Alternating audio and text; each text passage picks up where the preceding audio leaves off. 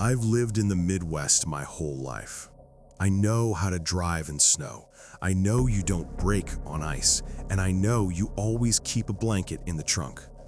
But no amount of preparation could have saved me from what was waiting on County Road 9 that night. It was December 23rd, just 2 days before Christmas. I was driving home from a late shift at the warehouse. It was about 2:30 a.m. A blizzard had rolled in out of nowhere, turning the highway into a white wall. The visibility was zero. I decided to take a shortcut through the state forest to avoid the semi-trucks on the main highway. That was my first mistake. About 4 miles into the woods, the road just disappeared. The snow was drifting so high that I couldn't tell where the pavement ended and the ditch began. Suddenly, my front tires caught a patch of black ice. I didn't spin. It was worse. The car just slid, slowly and silently, sideways. I felt the sickening lurch as the front end dipped down, and then crunch. My Chevy Malibu slid nose first into a deep drainage ditch. The angle was steep, the back wheels were up in the air, and the nose was buried in a snowbank. I tried to reverse, but the tires just whined and spun freely. I was stuck. I killed the engine to save gas, leaving just the hazard lights blinking. Click, clack, click, clack. The orange light pulsed against the snowdrifts, casting long, rhythmic shadows into the trees. I pulled out my phone. No service, of course. I sat there for about 20 minutes, just letting the heater residual warmth fade, trying to figure out a plan. The temperature was dropping fast. The windows started to fog up and then freeze from the outside. That's when I heard it. It wasn't the wind. It was a sound coming from the road behind me. Scrape, step, scrape, step. It sounded like someone dragging a heavy leg, or maybe dragging an object through the snow. I rubbed a circle in the frost on my driver's side window and peered out. The orange hazard lights flashed. Flash, darkness, flash, darkness. In the brief flashes of orange light, I saw a shape standing on the road, maybe 30 feet away. It was a man. He was standing perfectly still, facing my car. He wasn't wearing a winter coat, just a flannel shirt and jeans, which was insane because it was 10 degrees below zero. I rolled the window down a crack, just an inch. Hey, I'm stuck. Can you help?" The man didn't answer. He didn't even move. I waited. "Sir, do you have a phone?" Then he started walking toward me, but he wasn't walking normally. He was marching. High, stomping steps, knees coming up to his chest, slamming his boots down into the snow. Thud, thud, thud. He stopped right at the edge of the ditch, looking down at my car. The hazard lights illuminated his face. He was smiling, but it wasn't a friendly smile.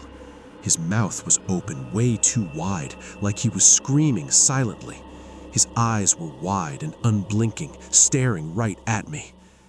"Please," I stammered, my heart hammering against my ribs. "I just need a tow." The man suddenly dropped to his knees in the snow. He began to crawl down into the ditch toward my door. He moved like a spider, limbs splayed out. I quickly rolled the window up and locked the door.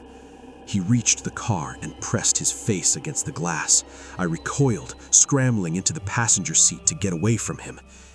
He didn't try to open the door. He didn't pound on the glass. He just licked it.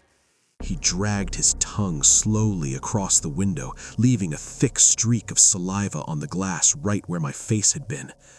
Then he giggled. It was a high-pitched, wet sound. Then he did something that made my blood run cold. He reached into his pocket and pulled out a screwdriver. I thought he was going to break the window. I braced myself to kick him, but he didn't. He moved to the front of the car where the hood was buried in the snow. I heard the screech of metal on metal. He was carving something on the hood of my car. I was screaming at him now, pressing on the horn. Beep, beep, beep. He ignored it. He just kept scratching. Scritch, scratch, scritch. Suddenly, he stopped. He stood up, looked at me through the windshield one last time, waved the screwdriver like a child waving goodbye, and then sprinted, actually sprinted into the pitch-black forest. I didn't sleep. I sat there clutching a tire iron until the sun came up and a snowplow finally saw my car. When the tow truck driver pulled my car out of the ditch, he asked me, "Hey buddy, what's with the hood?" I got out and looked. Deeply gouged into the paint of my hood, down to the bare metal, were crude, jagged letters. The man hadn't just been scratching random lines. He had carved a list.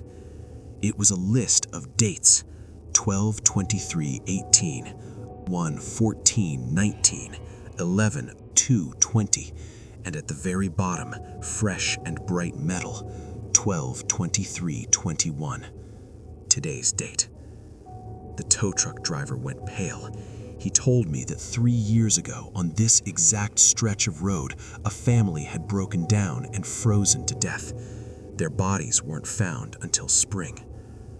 But here is the part that makes me sick every time I close my eyes. When I got the car home, I looked closer at the dates. I looked up the other dates carved on the hood. January 14th, 2019, a woman went missing from her car on a highway 10 miles away. November 2nd, 2020, a hiker disappeared in the state forest. That man wasn't just crazy. He was keeping a scoreboard. And the only reason I'm not just another date on his list is because I locked that door.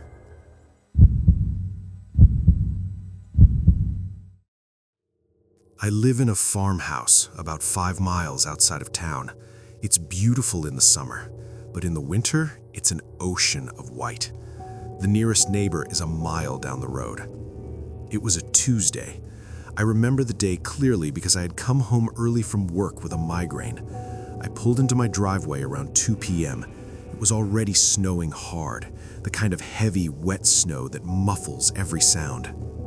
As I walked up the porch steps, I noticed something odd. The mat in front of my front door was kicked askew. I didn't think much of it, maybe the wind or a raccoon. I unlocked the door, went inside, and locked it behind me immediately.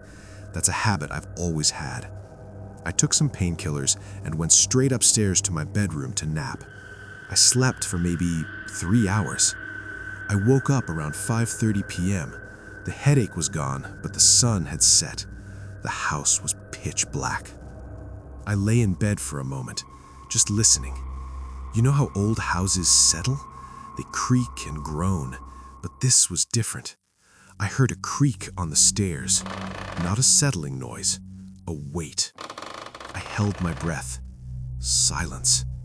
Then another step. Creak. Someone was walking up the stairs. My heart slammed against my chest so hard I thought it would wake them up. I grabbed my phone from the nightstand, 10% battery. I quietly slid out of bed and army crawled into my closet, pulling the louvered doors shut.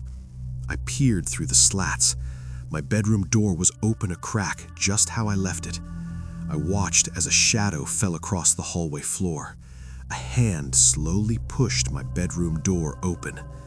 It wasn't a monster. It was a man. He was tall, wearing a thick winter coat and a ski mask. He didn't look frantic or nervous. He looked calm. He walked into my room and stood at the foot of my empty bed. He just stared at the indentation in the pillow where my head had been seconds ago.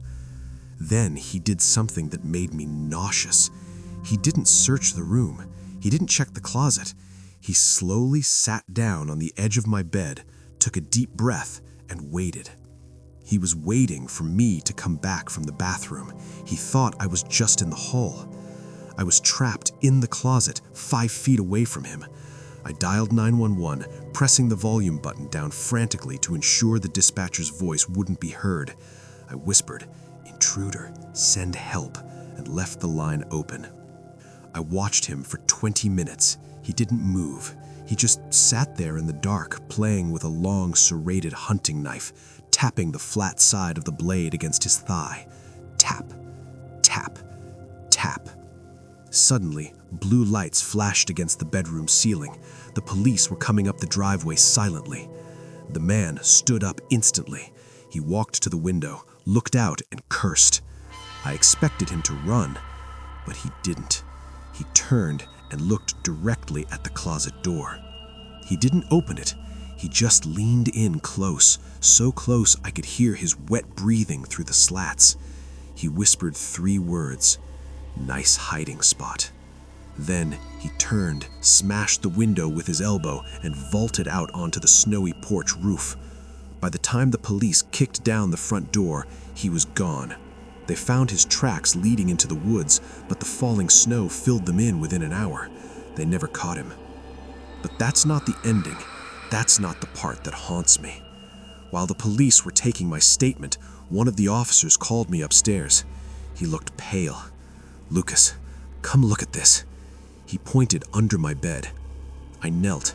Pushed way back against the wall, hidden by the bed skirt, was a sleeping bag. There were empty candy wrappers, a bottle of water, and a pea jar. The officer said, "Based on the dust disturbance, this has been here for a while." Then he pointed to the closet, the same closet I had been hiding in. On the top shelf, way in the back, they found a small digital camera taped between 2 boxes. It was pointed directly at my bed. The police checked the SD card. There were videos of me sleeping, videos of me changing clothes, videos of me watching TV. The timestamps went back 2 weeks. The man hadn't broken in that afternoon. He had been living in my house, under my bed, and in my attic for half a month. But the most disturbing video was the last one.